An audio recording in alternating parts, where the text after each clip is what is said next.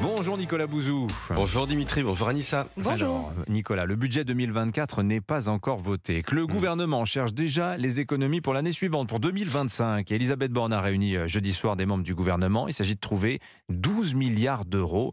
Est-ce que ça veut dire, Nicolas, que la Première ministre s'inquiète de l'endettement public de la France ? Bah oui, et puis elle a raison.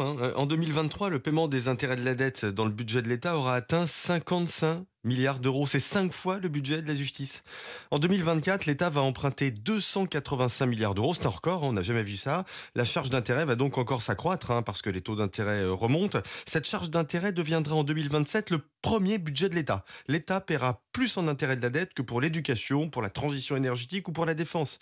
Et on comprend bien que c'est une situation absurde qui montre qu'un endettement important quand les taux d'intérêt augmentent, c'est l'empêchement financier de l'État, l'entrée dans l'ère de l'impossibilité de mener des politiques publiques, l'ère de l'inaction et de la soumission au marché. Alors, le gouvernement voudrait cibler les entreprises, Nicolas. Le montant cumulé des aides aux entreprises, c'est quand même plus de 100 milliards d'euros par an.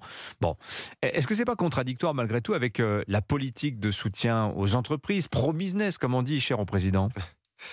Ça dépend comment c'est fait. Il y a une mauvaise manière de s'y prendre, clairement. On va prendre un exemple concret, celui du crédit impôt recherche. Cette niche fiscale qui permet aux entreprises de bénéficier d'une aide proportionnelle à leurs dépenses de recherche et développement. Ça marche très bien, ça coûte à peu près 7 milliards d'euros par an. Ça fait des années que le gouvernement, des parlementaires tournent autour de l'idée de réduire ces 7 milliards en ciblant davantage le dispositif pour encourager par exemple les dépenses de recherche et développement dans le numérique. Mais ce dispositif, en fait, il est déjà très administré, il est déjà très contrôlé. Le ciblage pourrait accentuer cette bureaucratisation jusqu'à tuer le dispositif. C'est pas la bonne façon de s'y prendre. Mais alors comment faire pour réduire la dépense publique, puisque c'est nécessaire Sur les malgré aides tout, aux entreprises, on met les choses sur la table avec le MEDEF. On demande aux entreprises quelles sont les aides qui marchent et puis quelles sont celles qui ne servent à rien. Mais surtout, Dimitri, il faut arrêter de créer toujours de nouvelles dépenses. La méthode du rabot ne marche pas.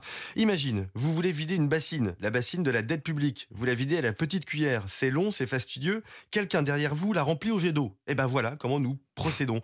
Réduire les dépenses de l'État sans réduire la dette, c'est impossible sans tourner le dos à la culture qui considère qu'à chaque problème doit correspondre une dépense publique. Merci beaucoup Nicolas Bouzou, signature Europe 1. À demain, 7h.